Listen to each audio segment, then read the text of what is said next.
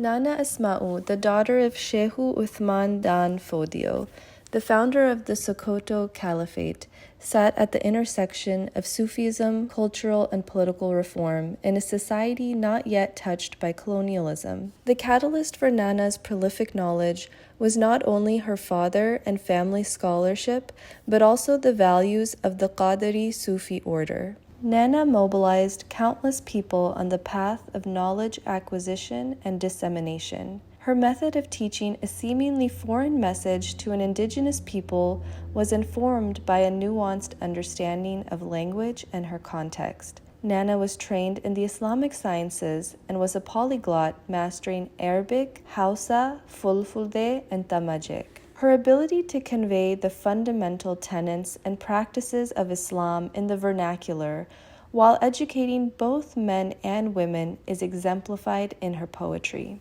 Through her verses, she instructed her people on morality, tawheed, the akhirah, and the blessed life of the Prophet ﷺ. The use of oral poetry, a vital tradition in many Islamic societies, served as a powerful means of disseminating knowledge. Her scholarly caliber is further demonstrated in her use of Arabic for intellectual discourse and theological expression. Moreover, her ability to articulate complex theological concepts, including eschatological events, in indigenous languages highlights both her scholarly brilliance and deep understanding of her societal context.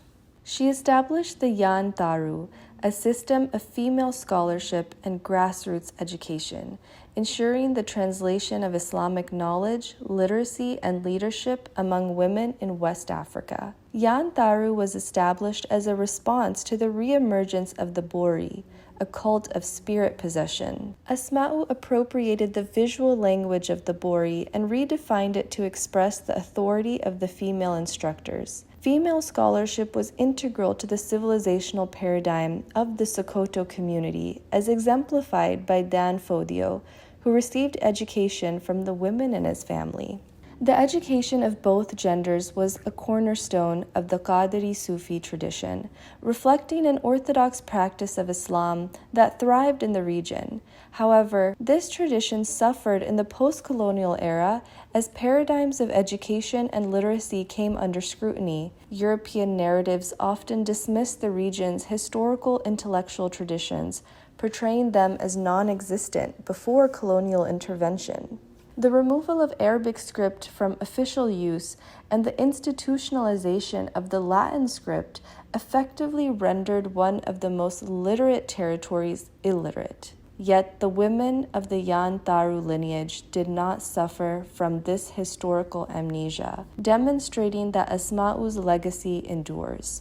Her deep devotion to the Prophet ﷺ is beautifully exemplified in her 318-line poem on his seerah. She writes, "Allah enabled me to write 300 verses and 18 for Muhammadah. O Allah, forgive the sins of Asma'u, because she found the strength to long for Muhammadah. You know that the Prophet wipes away all grief. So give us renewed energy to long for Muhammadah."